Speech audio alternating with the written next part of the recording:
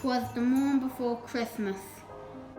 Children walk slowly, reluctant to go.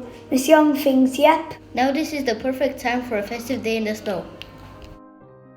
Silence in the corridors, all quiet in the streets. Not even a click from Walla's big box of sweets.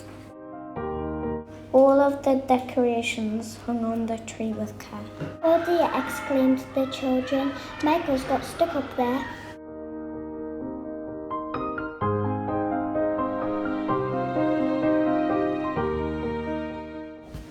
Our school was closed and the gates were all shut.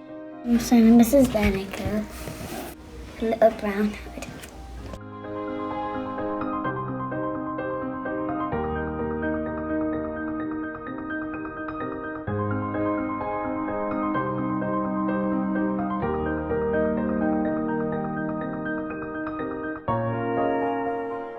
When from out on the roof there rose such a clatter. All is okay, it's just Mr. Thompson and Margie having a natter.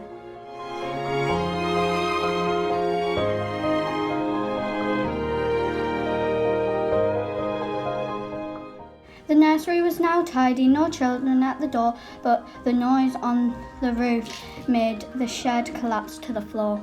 The moon kissed the roof, and what should appear? Surely that isn't Santa Young so near. Elfie looked to the sky and got such a fright as he heard a voice pierce the night. Go faster, go Sykes, go Mence in the rain. Santa's young reindeers will really be in a pain. Now Thika and Gatons go Parker and Dawson.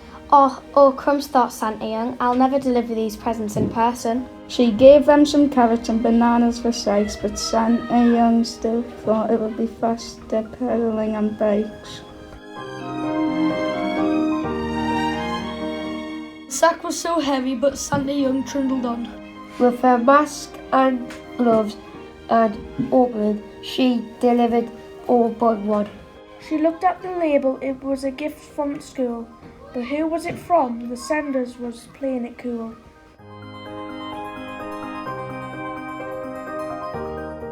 The parents had clubbed together to buy a new shed. Flat pack from IKEA, it glistened bright red. Mr Alderson stood bewildered, screwdriver in hand. The instructions were in Swedish he couldn't understand. The pictures were pants and they looked like a faff. Alas, he didn't have the patience of Miss Longstaff.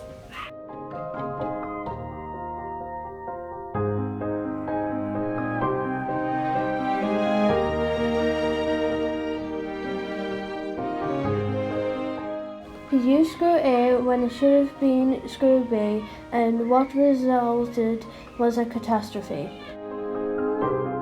He needed more help, but there was no one about, else Weatherall and Winter had already signed out. Mr Alderson panicked and looked all around. Even Chief Elf Phillips was nowhere to be found.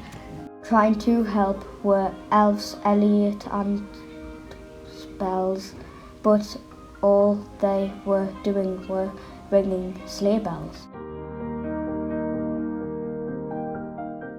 He's shouting woke the hedgehogs returning new home.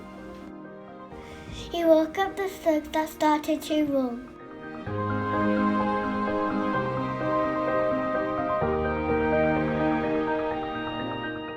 The wolves were not straight in the lead and all wonky. Elf Hugh shook her head, riding past on her donkey.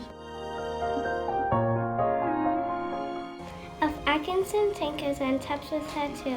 Elf dances had spent a disgrace to the school.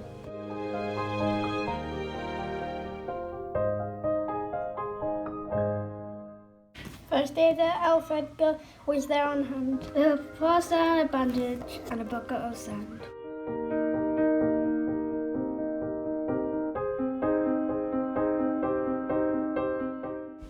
Elves Coleman and Lamb and Magnus, they all try their best. Even Alderson takes it serious and has stripped to his vest. He needed some help from nursery and Lovett. The monkey bits were stuck no matter how hard they shoved it. Things are desperate, this is his hour of need. We need our white knight, Eileen, on her noble steed.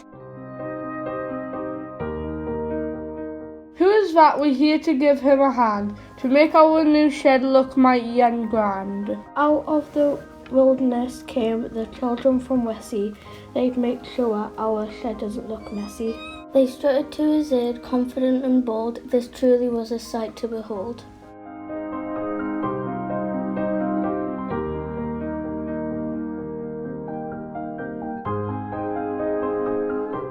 The children had listened in Spanish. Turns out it's all pretty similar, and they eventually built something that looked familiar.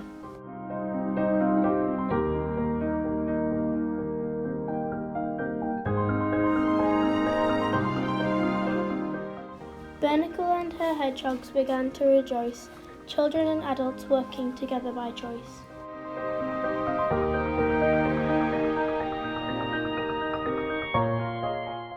A faint voice was heard, and it slowly grew louder.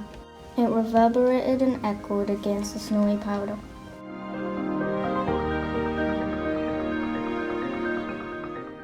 Elves Henderson, Lamb and Humphrey knew what was in store. Steph has seen reindeer footprints on the floor.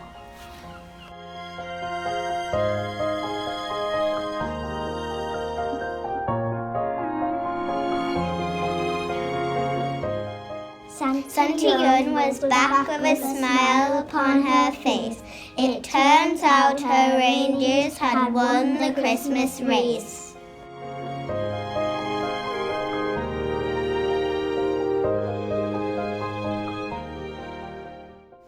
Her familiar voice boomed and cut through the night. Merry Christmas to all, and to all a good night.